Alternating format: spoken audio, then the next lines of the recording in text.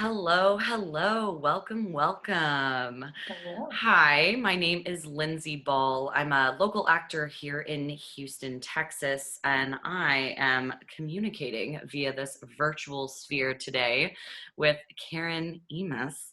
Hi, Karen. How are you? Hi, Lindsay. I'm great. I'm doing well considering, our world. Yeah, I'm doing pretty well. How are you?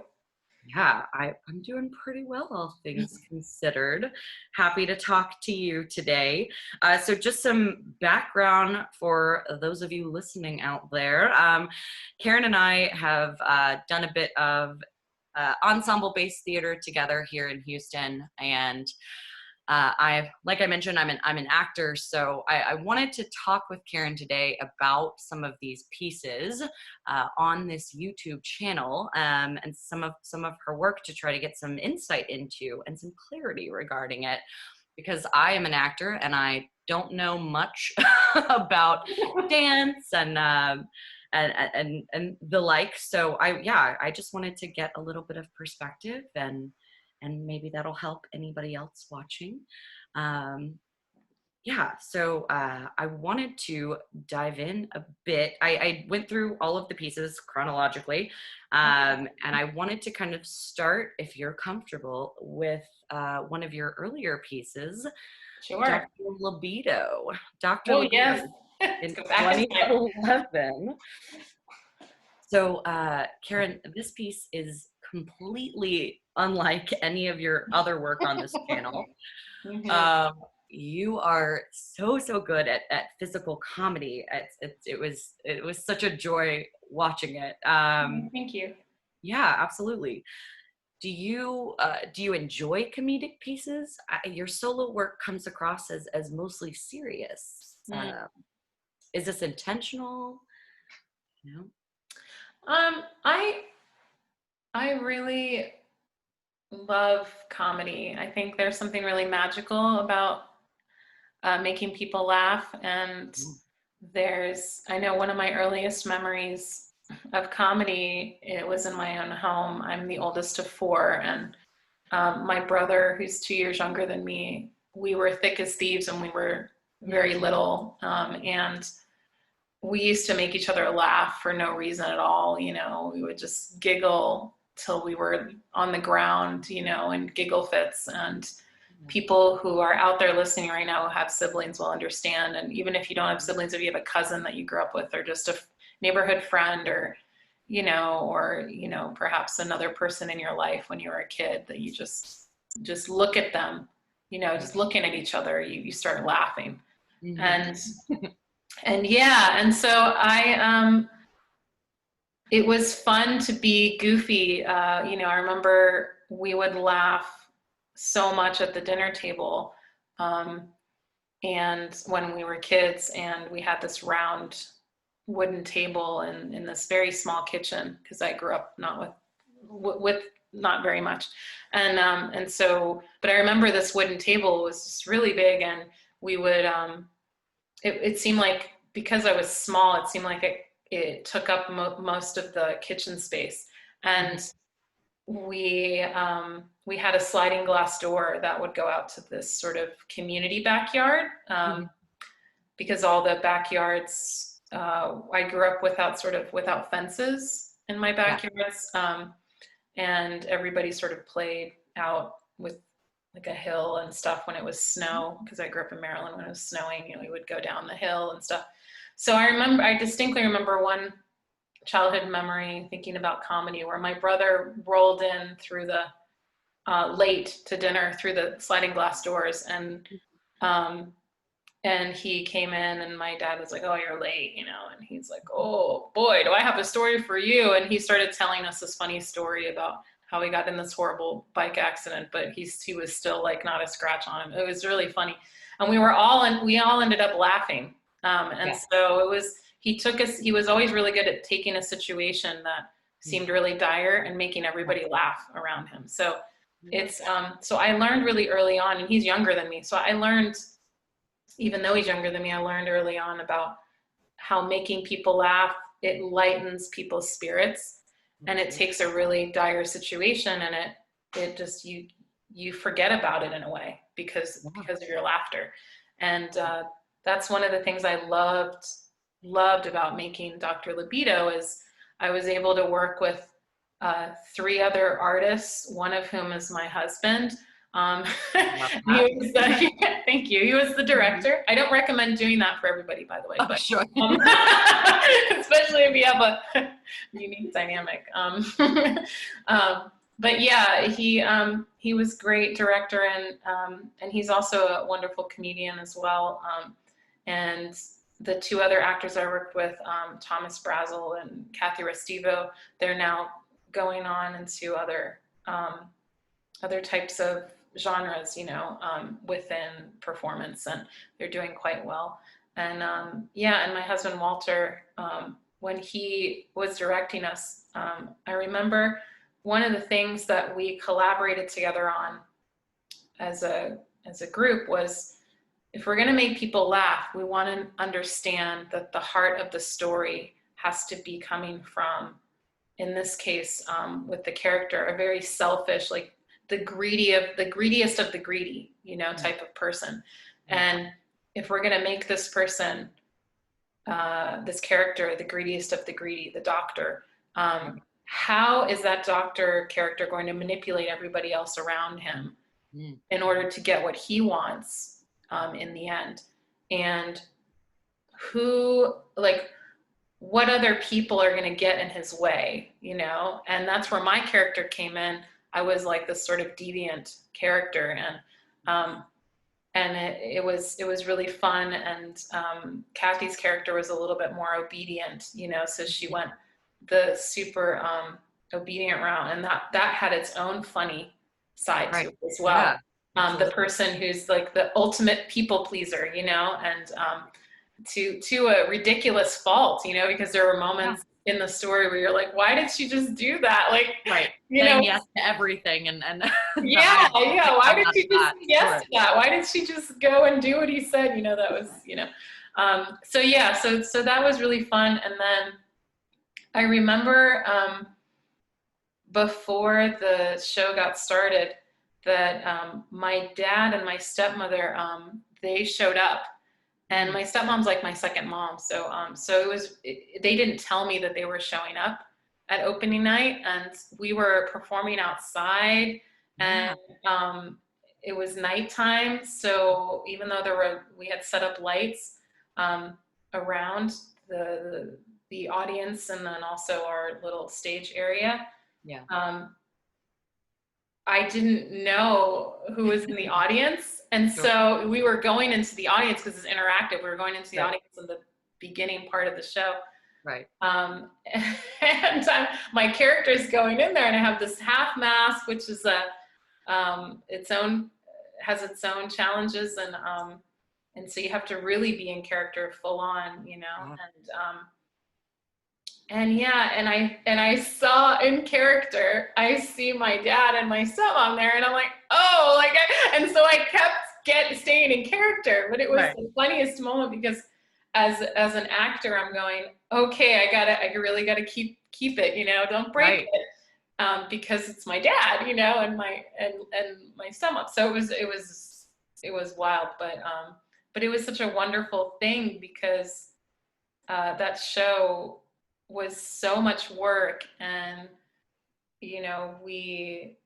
I paid everybody. And I didn't really raise funds for it. I mean, it was all coming out of my pocket. And I think so much of what artists do that the general public does not quite, I think they still don't quite understand yet. Perhaps one day, I'm hoping one day they will really understand this aspect of selling oneself. Is that in selling oneself, you're putting so much of your own private money out there. Absolutely. And so what people don't really understand is that you can be on paper not making that much money, but that doesn't necessarily equate to you not being able to make a show, because somehow, some way, you're going to find the money, whether it's, I'm not going to buy as many groceries this week in order to pay for the lighting designer, or I'm not going to, which is what my life was like back then. I was like, okay, I'm not going to buy a certain amount of things, so then that money's going to go to the actors, or I'm not going to buy this certain many things, so this will go to the lights or the lighting equipment. This part will go to the space. Like it, it starts to be like that, and it is a never-ending cycle of where am I going to cut corners in my own life with my own budget Yeah. that doesn't equate to a grant, because that's Yeah. the reality, is not every artist gets a grant. Right. So they're making things out of their own pocket. Absolutely. Yeah. Yeah. And it's a business, like Yes, yeah. it is a And business. I don't know if it gets that kind of feeling from all of the general public, but yeah, yeah, someday it'll change. Yes. Um, I love that though. Thank you for sharing Oh, you're those so lovely welcome. stories. There is something really magical about and playful about comedy, right? Yes. And there is that kind of childlike aspect to it that is so fun to play with, whether you are a child or whether you're an adult. Be able to channel that and get back into that very childlike kind of outlook on things. So I love Yes, that. very much so. Yeah. So moving forward in Oh. time, I was also interested looking into your work from 2020. So we're in the present moment, Sure. but almost right. Yeah. But Mia Kennen from 2020. Yeah. Um, yeah, this was such an interesting and phenomenal piece, and I have so many questions, but Oh, yay. Thank you. just yeah, but yeah, just tell me about this piece. Just to start out with, Hmm. this was a piece that was entirely created and performed by you. And if I'm understanding correctly, it looks like you kind of workshopped a bit of it and devised a bit of it at a residency in Ireland, which is Yes. so cool. Um, Thanks. and and it's got this very fluid kind of story. But yeah, would you like to share kind of what inspired it and how that kind of came about? Sure. Great questions, Lindsay. And I wanted to also thank you for taking this time today to do this interview. I really appreciate it. And Yeah, yeah, I'm happy it to. means a lot. I enjoy you as an artist so much, and we have so much fun creating together that yeah, I love digging into your mind further. Oh, thank you. So thank you for being generous and indulging me. Oh, yeah. Uh, yeah, Mia Kinnan it is a story that is very loosely based on my mother's side. There is a great great grandmother. Yeah. Um, it's actually, I think it's three greats, to be clear. I was speaking with Okay. my mom about this the other day on Yeah. the Oh, phone. great. She's very helpful with We're the great, great, accuracy great. of yeah. So three greats, great, yeah. Grandmother. And the story is that in fact, she didn't work in a factory, but at another later in, I think it was later in the timeline of her family history, there was um, a male figure. It was Mhm. either her, I don't want to say which relative, but it was a Sure. relative of hers Yeah. that was a little later than my great great great grandmother, Mhm. um, where he was rolling cigars for, actually, it was before her, my fault, before Yeah. her, that where he was rolling cigars for the czar. So she didn't do this, but Yeah. the story is that she had a daughter, and her daughter Mhm. went moved from moved from, I believe it was Lithuania Mhm. um, at the time, and then it was Russia, but it's now Lithuania. And so Yeah. from there to what is now Israel, what was then Palestine. So this is early 1900s, before World War One. Okay. Um, um, or I'm sorry, not before World War One. When was it? It was, yes, it was before in the 1920s, I want to say. So before Israel got its independence, which was in the 40s, I think. So, so it's before then. But she and her daughter moved to Palestine, Mhm. and unfortunately, she became ill from the climate there. And then they moved, which forced them to, because of her health declining, forced them to move back to Lithuania. And then they moved back to their home, their original home, only to find out that the Russian soldiers were coming in and killing all of the Jewish people in the pogroms. So the pogroms are these villages that were primarily made up of Jewish people during that time period. And they were going and killing people and of Jewish descent. And so they found out about this upon returning. They ran into the forest. They were hiding, and unfortunately, they were killed there by a Russian soldier. So that's the real story. I took remnants of that real story, which was only consisting of 2 lines and then more information my mother learned from other members of her family. And I took that information and I decided last year that I was going, whilst I was in Ireland, essentially in the middle of nowhere in Ireland. And I decided to take this woman's story, and I thought it was really relevant, this idea of feeling like you have to move to a better place to feel more freedom within yourself. And then to find out that that place of freedom creates its own tumultuous reaction within your body, you know, because your immune system's not strong enough, you know, for the new climate, right? And just how I thought of several people throughout this time period that we're living in that go through that, still go through that. And I thought it was very relevant, you know, that part of the story. And then the part where she goes back, which is also relevant to today, goes back to your original home only to be killed, which is also what happens to people, unfortunately. Not everybody, but there are stories of people who are forced to go back and then they are promptly killed. So so I thought all of those parts of the story were relevant. And then the name Mia Kinnon is not the actual spelling of her name. And the reason I changed the spelling is because if you take away the A's in Mia Kinnon, you are left with my kin, which is I just thought, oh, this is great. You're brilliant. You're brilliant beyond measure. We're not worthy. You're very brilliant. Thank you. But yeah, so to give a little bit more perspective into what that story is about, like that's essentially what it was about. And then I decided, well, I wanted her to be in a factory, in a place where it creates a mundane, repetitive feeling, even though the real story is she probably wasn't in a factory, but maybe she did do a job that was repetitive. I don't know that, but I'm going to make it up because I'm an artist and I can make, you know, with my imagination. So, yeah. So why not? Well, either way, there's already some inherent repetitive motion just in moving, right? And Yes. physically moving your body from one country to another, from one space to another, back and forth.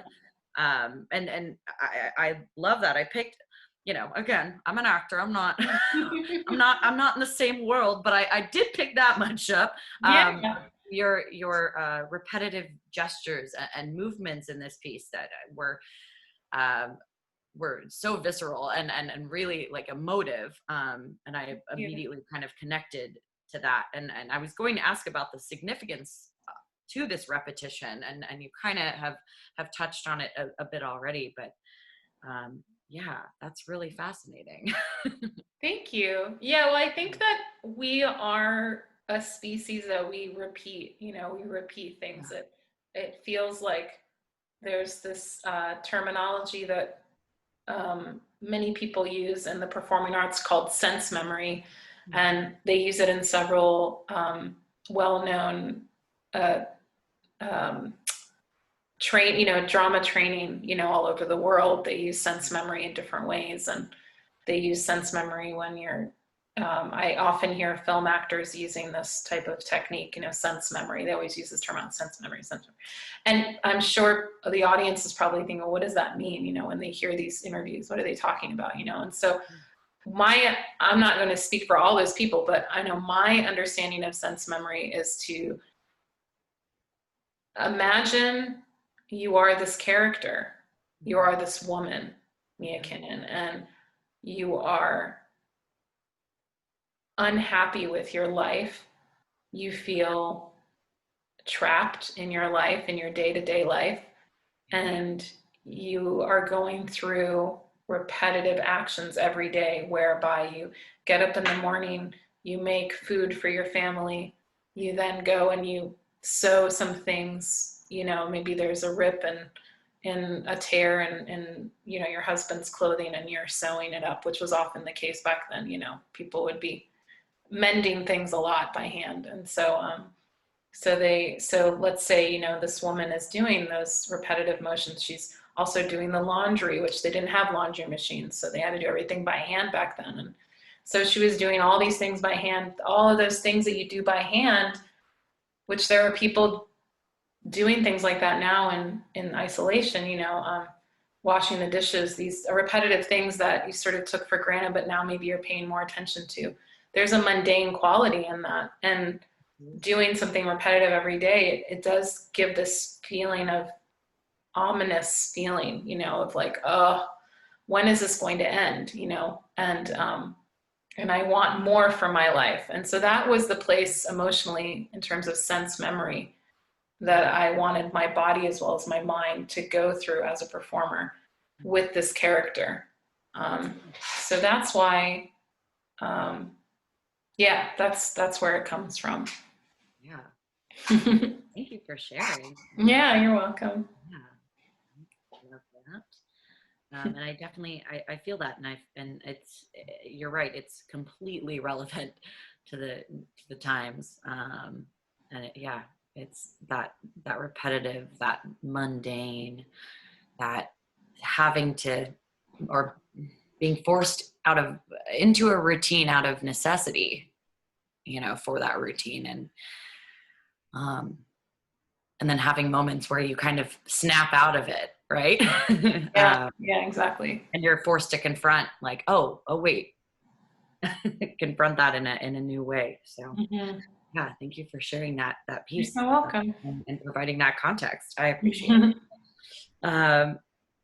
So we've kind of alluded to the fact that we are recording this virtually, and we're in 2020. So anybody listening will potentially put together already, but we'll call it out loud, right? We are currently living through this COVID-19 pandemic. And it's been terrifying, and it's been strange, and it's been isolating.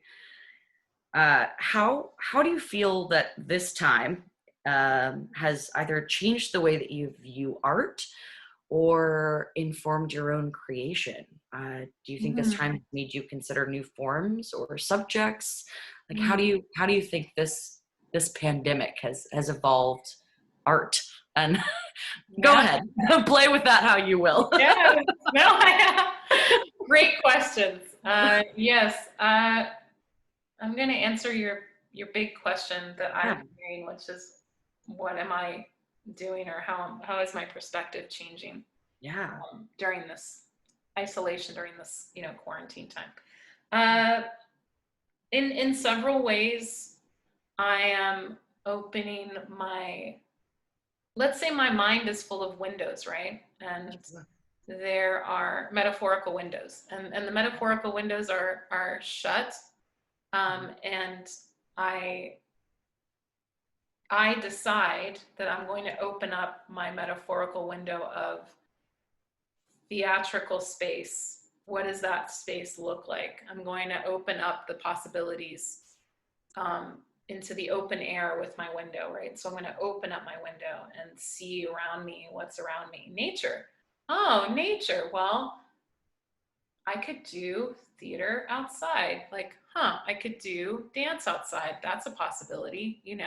There's more space that you can have in terms of creating a distance between you, the performer, or your group of performers, and the audience.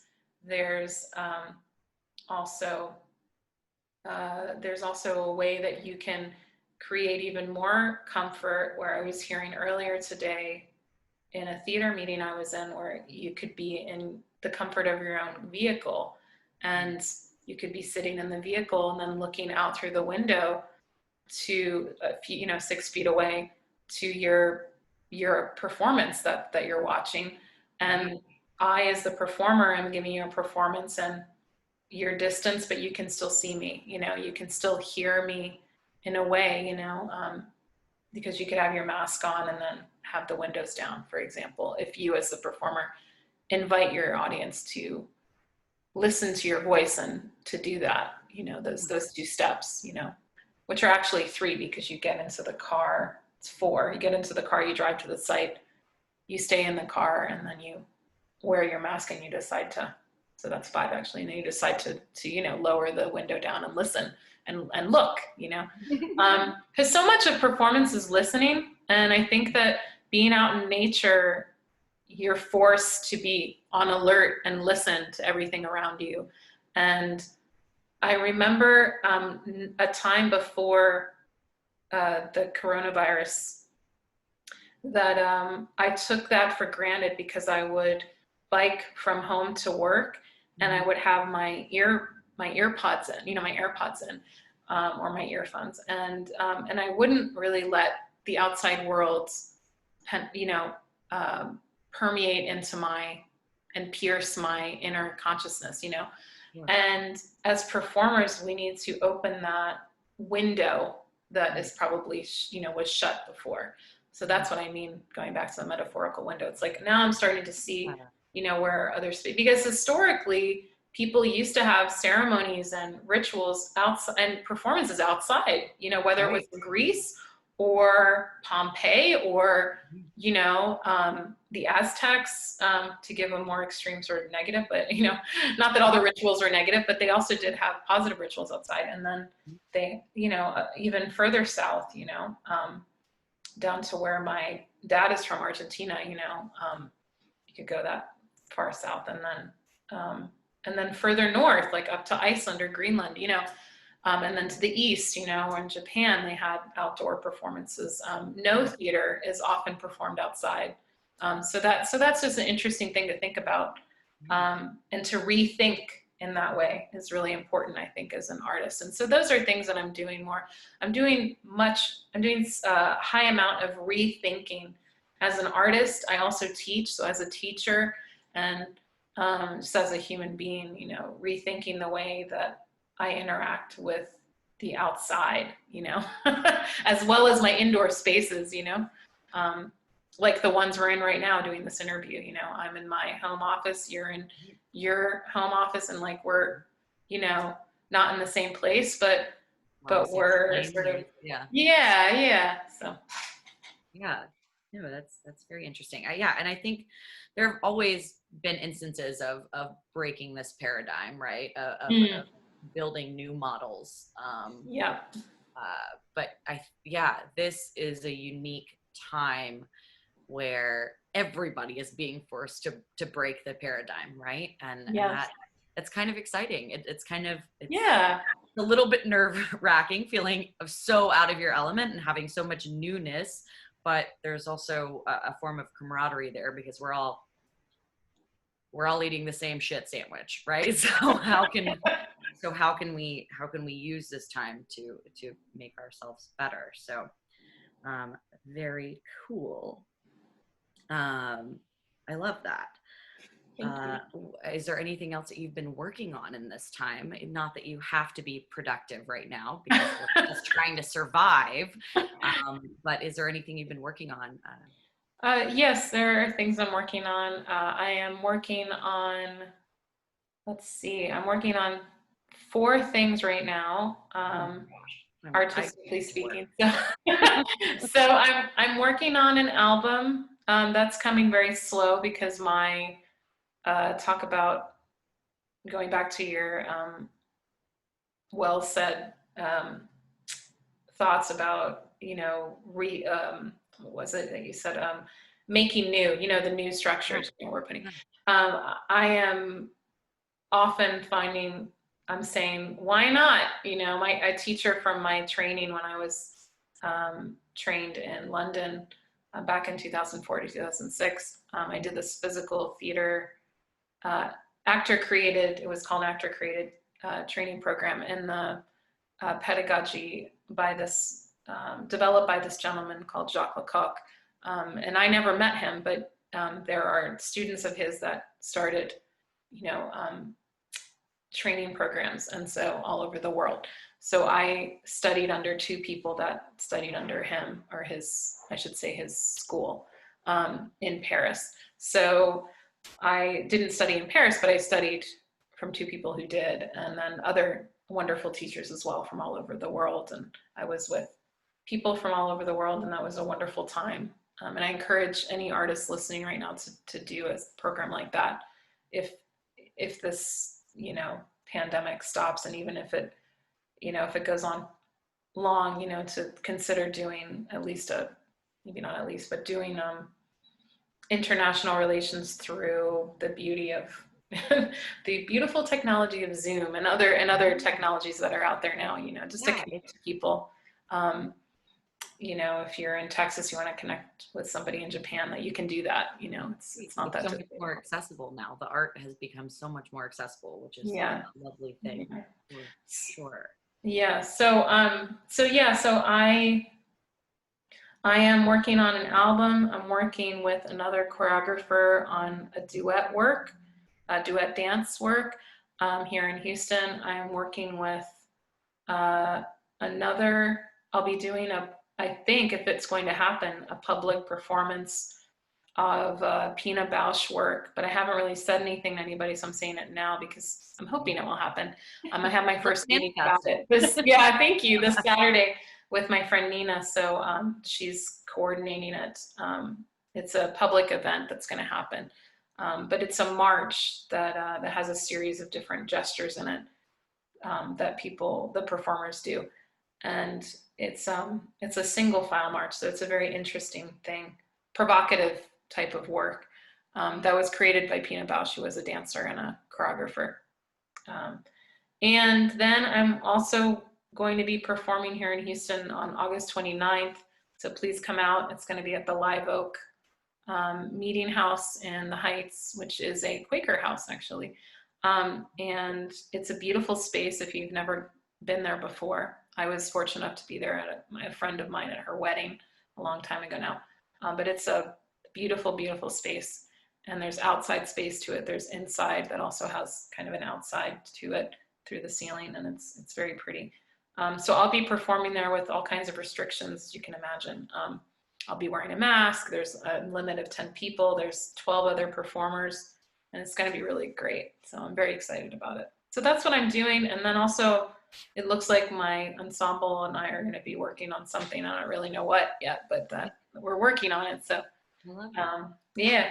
So yeah. Well, keep us all posted, please. And then one last thing before we wrap up. Yes.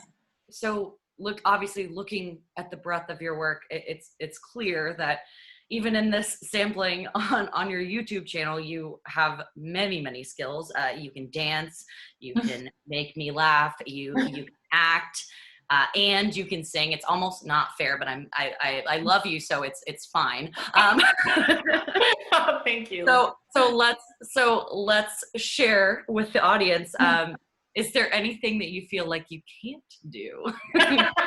Let's just bare the soul, right? Like That's a good question. One thing that I think I can't do is, well, that I have a hard time doing, I would say, is when I don't have my hands on something and it needs to be fixed or messed with to fix it a bit so it works again. If I don't have my hands on that one thing, then it's very hard for me to, I find it challenging to try to communicate, and also communicate what's going on with it, and also listen to the other end and try to Sure. understand how to fix it from somebody who Yeah. knows if I don't have my hands on it already, you know? Like the Yeah. other day, for example, Mhm. there was we had a pipe issue, I think, or something going on with the water pressure in our house, and I didn't have my hands on the pipe system, so I didn't really understand what the Yeah. plumber was telling me on the phone. So I had to pass it to my husband, who was, Yeah. sounds super archaic, but it's like it's just the dynamic in the moment was that way, because he Yeah. would happen to be the one, you know, working on the system. And then Sure. unfortunately it happened to be that it wasn't my husband's fault. It was the valve was old, was super old. So we had to just get it fixed, which Mm. was great. We fixed it. It works. It's fine. But Yeah. like I didn't have my hands on it, so I didn't really understand what the plumber was saying. So I just passed the phone to my husband. Sure. Um, And there was immediately that like frustration of like, ah, like yes, yes, yeah, I yeah, want to be I helpful, want but to. yeah, but I Yeah, can't, yeah, I can't yeah. grasp it. Yeah. And that's, Yeah. God, that's so frustrating. So Yes, I yeah. Because totally I'm a tactile understand that. person, you know. So yeah. Yeah. Well, and you're very kind and generous, and you're always the first to jump in and try to help someone out. So, but I know how frustrating it is when you feel like you can't, and you just have to walk away. You just have to walk Yeah, away because. yeah, yeah. So So I true. totally get that. Well, Karen, thank you Mm. so much. Thank Thank you you, for Lindsay. sharing yourself, not just on this channel, but in our work together, and for future audiences to come. I appreciate your willingness to be always open and vulnerable, and I think that's really special, and I think that's really rare, and so I appreciate that. And thanks for just taking that ride with me and letting me ask you all these all these questions. You're so Um, welcome. yeah, I appreciate you so much. And we look forward to continuing your work and growing with you. How awesome that we Thank can all you. Thank contribute in that way. you.